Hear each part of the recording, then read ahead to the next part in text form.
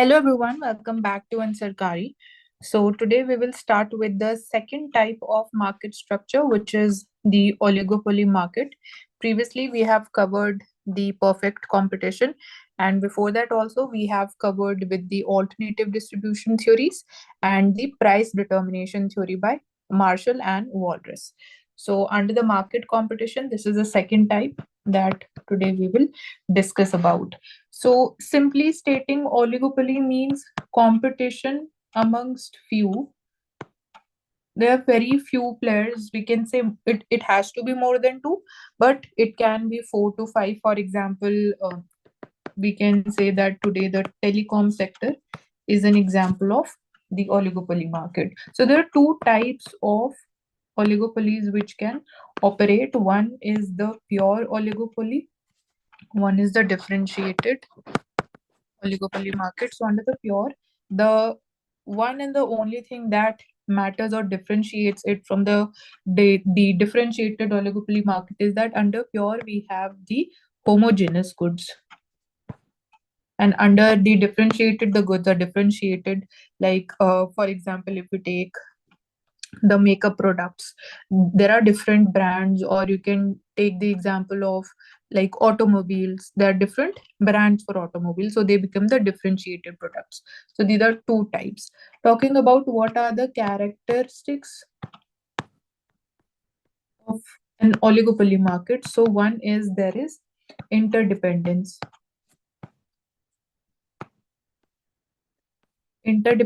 amongst the players. So here the market conditions matters, and the reaction of other firms is taken into account when a decision is taken, because there are very limited players which are there. Second is the importance of the advertisement expenditure, or this we can say is in a component of the non-price competition, and the difference in the selling cost also. You can say the cost of production. So the marketing strategy also makes a difference, that will determine also the reach of that product, that will in a way determine the profit of the oligopolist firm. So it will influence the dominant position, it will determine the influence of that single firm in the overall oligopoly market, which will be playing important role in terms of the pricing and the output decisions that will become more clear when we go further in the discussion. And selling cost also, because selling cost will also impact the price at which the oligopoly will be selling in the market. So that is why it is important. Then group behavior is seen. Group behavior is seen in oligopoly market. Here we can say this helps in solving the problems. So two major problems exist in terms of what should be the price and what should be the output that needs to be produced under oligopoly, so that there is uniformity and the group behavior, it remains uniform for the different players which are there. So this is there. Fourth, we can say that the demand curve is indeterminate.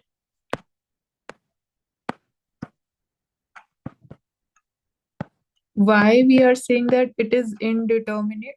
Like under the perfect competition, we have seen that for the firm it was perfectly elastic. We had the demand curve, and for the industry it was downward sloping. But in this case, it is indeterminate because of the difference in the cost of production of the firms. So there is no definite or a defined demand curve which exists. This is a challenge also. And another and last characteristic is the barrier to entry and exit. Because if we consider the long run time period, a firm which is already established as a major oligopoly player in the market, it would be enjoying the economies of scale benefit, because of which the cost of production would also be less compared to a new firm which is thinking of entering a market. So that is why there is barrier to entry and exit.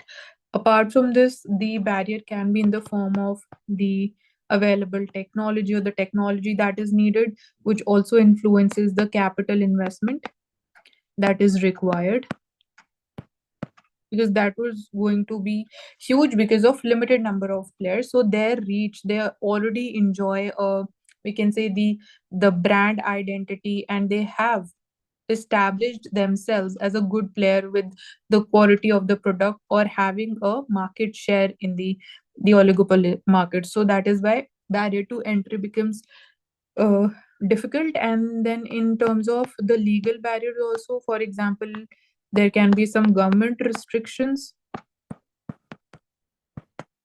that creates barriers. Example, if we take the coal sector or the coal industry, which is now being gradually liberalized by the government. For example, in the captive mining, earlier there was dominance of coal India. So that is one transition that we can see here. Now there are different approaches to price determination. Price and output, we can say together. These are going to be the major focus under oligopoly, the price and output. So what are the approaches which are available? So first is you can ignore the dependency. The firms which are there, they can ignore that they are not dependent upon each other, and they can take their individual decisions, but that is not an ideal thing, and that also cannot survive for a longer time period because there is huge amount of competition. So there has to be some amount of agreement amongst them regarding the price, or it can be on the basis of what market share would be there, or it can be also on the basis of the output quota. So one is this approach. Second, we can say prediction of the the reaction pattern of the firms. So you can predict a firm if it wants to take a decision regarding the changing the price of the product that it is selling. So it will also consider how or what are different possibilities of the other players reacting, whether they will also reduce their price or they will not change the price, because that will also have certain kind of bearing on the oligopoly's profit. So that is why prediction of reaction pattern. Then third approach is the cooperative mechanism which is there. So this is also known by the name collusion. So in collusion, the main aim is to maximize the joint profits of all the firms, all the players which are there in the market. So cooperative behavior, and lastly, one approach is of game theory. So game theory, it was, we can say that here we take what can be the best possible strategy that a rival player can think of. So that is taken into consideration, and then a final decision is taken by the firm. So these are the approaches that are there. Now we will talk about in detail about the collusive oligopoly and how the price and output is determined, what are the approaches which are there. So in case of collusive oligopoly, two forms are there. One is a cartel, we will study this in detail, and the second one is price leadership. So both of them are a type of collusion, but their nature is different. So first we will discuss about the cartel and how differently it operates, the real life example of OPEC, and we'll understand this through the diagrams and the graphs also. So in case of cartel, the aim is, or how it functions, we can say, is decide the output quota, or we can say quota restrictions are there. We focus on minimization of the cost of production and maximization of joint profits. So these are the aim or the objective or the purpose behind establishing or working of a cartel. So we'll take graphs and understand the pricing and the output behavior. So we suppose or we assume that there are two players in the cartel, firm A and firm B, and this is for the cartel. So on x-axis we have the output, on y we have price, and you can say cost also is plotted on y-axis.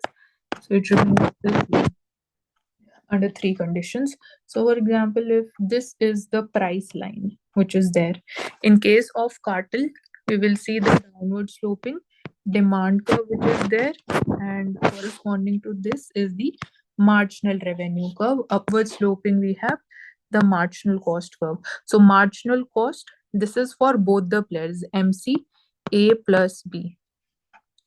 So we have equilibrium where marginal cost is equal to marginal revenue. Let's suppose this is point E. So this is the equilibrium point, and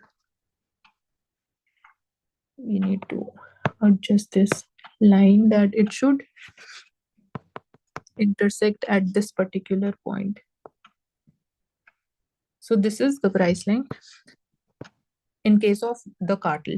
Now coming to each player A and B. So here we can say that this is the average cost. This is the marginal cost of A player. So the minimum, here the marginal revenue curve will intersect, but that is not drawn. So you just have to, you can picturize that in your mind. This is the profit which is earned by A, and in this, the player B, average cost of B, we have marginal cost of B. Here we have the profit. So here the profit is little less.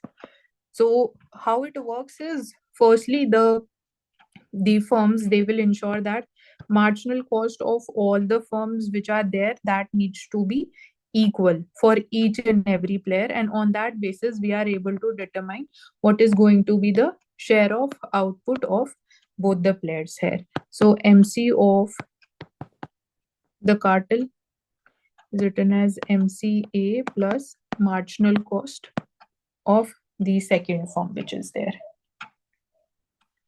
So that's how it operates, and even the total quantity is a horizontal sum. So marginal cost is also, we can arrive at by doing the horizontal summation. This is applicable only when the cost conditions are same for all the players. Otherwise, it has to be done like individually, and then you in the end add up because of the difference in the cost. For output, if this is the OQ is the total output being produced by the cartel, this is also the summation of each player's output, which gets decided by the cartel. So that's how it functions, and we get a price. So MR equals to MC. The marginal cost condition needs to be same, and that determines the market share of each player. Now we'll understand this through OPEC, how it functioned, which came into existence in 1973. And it also works on the output restrictions, which influences the prices in the global market for the crude oil. So here we will understand graphically. Here we have the price on y-axis and the output produced on the x-axis. So in this case, the downward sloping, or can make it a curve also, the demand curve of the entire, we can say, the world or the different countries which are there for the crude oil. This is the supply curve of the non-OPEC countries. Non-OPEC. And let's suppose this is the given price line for the world, or the supply curve, and the price which is there for the world. This is the existing price which is there. So if we decide this is OQ is the total output that has to be supplied across the world. Out of that, here this PR suppose is the share of the non-OPEC countries, which they are currently supplying to the world, and this Q1Q is the share of the OPEC countries, OPEC nations. Now let's suppose the output restrictions are decided by OPEC. So this is the output now that OPEC will be producing. So you can see that now the price has increased because of restrictions in the output. So now since the total output that will be supplied, you can see is reduced. Earlier it was this much OQ, now it has reduced to OQ dash. So it has definitely reduced, and you can see that price is also increased to OP0. Out of this, the share of the non-OPEC countries will also, can say, it will be impacted. So it will be OQ double dash, and this is going to be the share of the OPEC countries now. Now here we can say definitely the OPEC or the cartel will be benefited because prices has increased more than the reduction in the output. So total or the net impact rises for the OPEC countries, and also the non-OPEC countries also gets benefited because of the increase in this price to OP naught. So that's how OPEC functions and what are the impacts of this. So in the working of cartel itself, we see there are two types of cartels, or how we can say that market sharing happens even within a cartel. So one is the non-price competition is one aspect, and second we'll take up later. So first let's discuss the non-price competition. So its components can be ads, the expenditure related to this, or we can say the marketing strategy. Then the quality of product can be one area of differentiation between different cartel members, where they would try to leverage and take benefit of and try to earn higher amount of profit, because in the end everyone wants to maximize their own profit. So either it can be through changes in the prices, or it can be the non-price factors. So non-price factors are the advertisement expenditure and the quality which are there, and other qualitative areas that can be influenced or can be taken into consideration. So they are setting a uniform price. So cartel, they agree to a uniform price, and then they are competing on these non-price factors which are there. So they are free to sell at that predetermined price. Now what happens in case of the cost differences if they are there? So in case of cost differences, we see that loose cartels emerge. Loose cartels are unstable, and there are higher chances and higher risk of breaking of the cartel.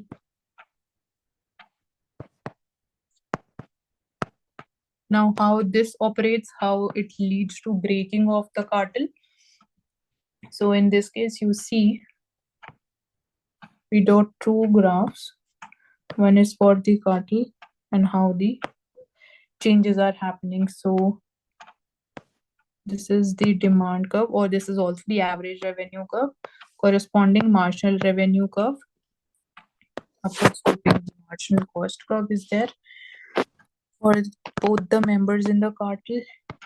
Here we have equilibrium where MR equal to MC, and this is the price that we get. So if this is the initial price that has been determined,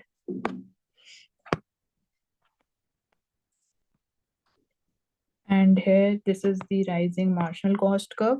So let's suppose the firm is producing at this particular point, where we can say price OP is adhered, and suppose we take OQ1 is produced. Now this graph is, suppose member A how its behavior is changing, and this is for cartel.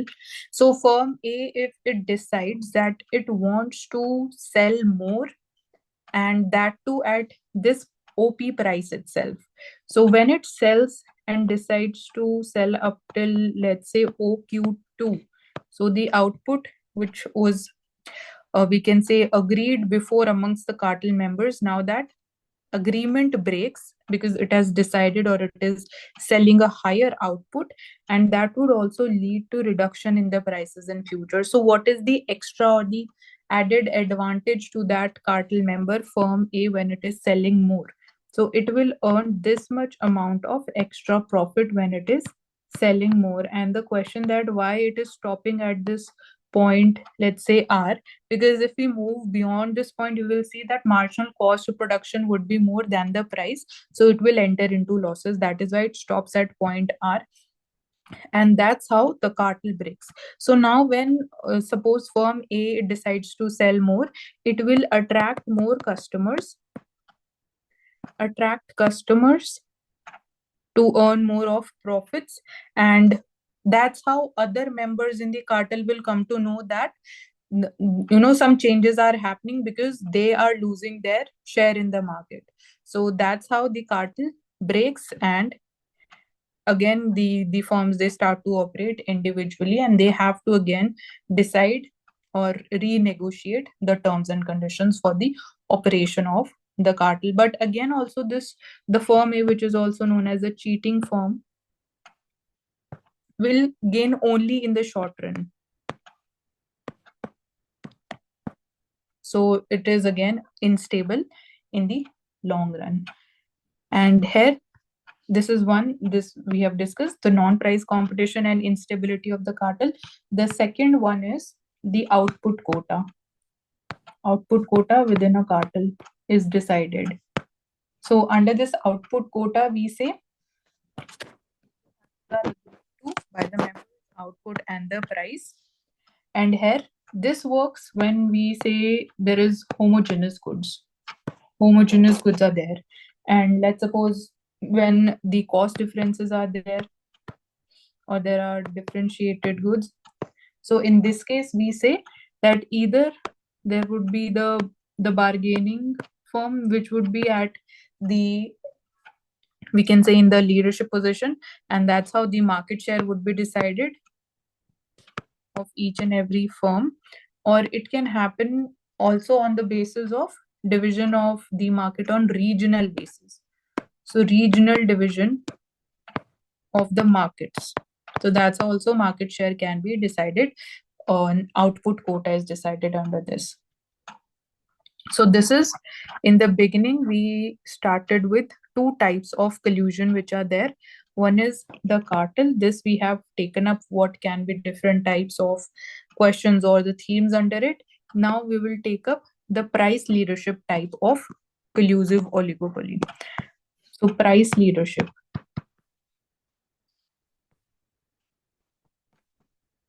So the name is clear that there is going to be one dominant firm in the market that will be deciding the prices, and other smaller firms will be following this dominant firm, and the price that will be decided by the dominant firm, and that's how the market share will also get determined. Now, under the price leadership also we have different types. So one is the price leadership by a low cost firm. It can act as a price leader in the market. Then price leadership by a dominant firm. So dominant firm would be the one which is having more, we can say, already it enjoys a large market share and has a greater influence. So we can say the bargaining power is also more stronger. So that's how a dominant firm is decided. Third is the barometric pricing. So under the barometric pricing, again, the firm which is old, which is experienced, and again enjoys a greater influence, becomes the, again, the leader or the price leader in the market. Here, for example, if we take the Indigo Airlines, it charges more than what average airline is charging, and it is less than the premium airlines. So that's how we can say this fits in here. And the fourth can be the exploitative price leader, and this does not, we can say, it can't sustain for a longer time period, exploitative, and it becomes aggressive. So other members do not agree to the decisions of such type of price leader in the market. So we'll first take up the low cost price leader, the low cost one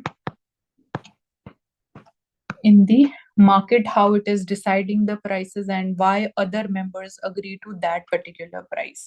So we assume there are two firms, A and B, homogeneous goods are there.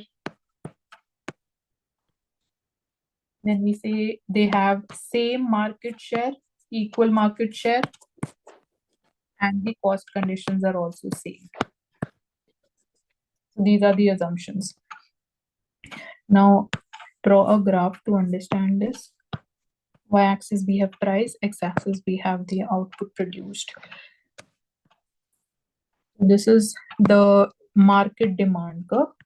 Demand curve of each firm. Will draw only one because the market share is same for both the firms, so the demand curve also becomes overlapping for their individual share, and corresponding we have the marginal revenue curve. So in this case, let's suppose for example we assume that firm A is the low cost. It has low cost of production compared to the firm B which is there. So its graph would be little lower compared to the graph of B, because it is going to indicate that at a lower level it will also be charging a lesser price because the cost of production is less. Less price would attract more customers, that will increase the profit. So this is the marginal cost of A firm. So MR equal to MC gives the equilibrium, and this gives us the price line here. And we can draw a tangent average cost curve of A. And then we draw for B. So marginal cost of B, tangent or intersecting to this is its average cost of B. So this is intersecting here. So we get the price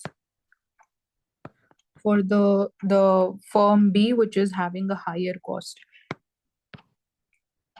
So you can see that the lower cost firm will charge OP, higher cost will charge a higher price, which is OP dash. Now other players will agree to OP price, and that's how the price leadership would be determined, because more and more firms, they would want to reduce or they want to accept the least possible price which is there, because that is one of the tendencies to increase the profits. So this is how the low cost price leadership will be operating. The second way is the price leadership by the dominant firm. Now in this case we assume two things. Here the dominant firm knows the market demand, and the dominant firm also knows the marginal cost of each player.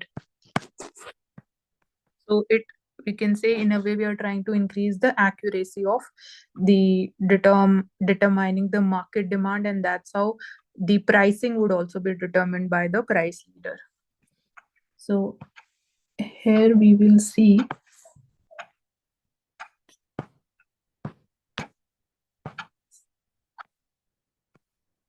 second graph is for the dominant player,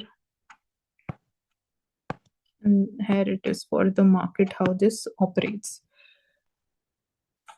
So this is the downward sloping demand curve, upward sloping supply curve, and the point of intersection here, this section, the dotted section, let's suppose this is P1, OP1, and C. So P1C section is the section where all the output is being supplied by rest of the smaller firms which are there under the collusion. This excludes the dominant firm. So since dominant firm is not supplying any amount of output, so here you can see the point.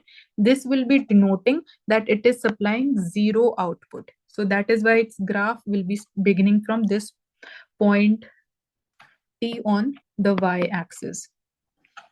Now moving little lower, if we reduce the prices to say this level, OP2. So at this point, we see that P2V section, this section would be supplied by the smaller firms and VW would be supplied by the dominant firm. So in this case, if we elaborate this further, this is price P2.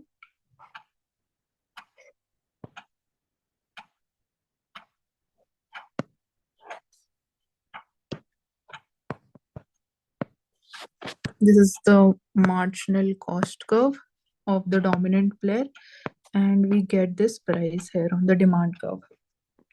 So this is going to be the price, and this is the point here, OP3.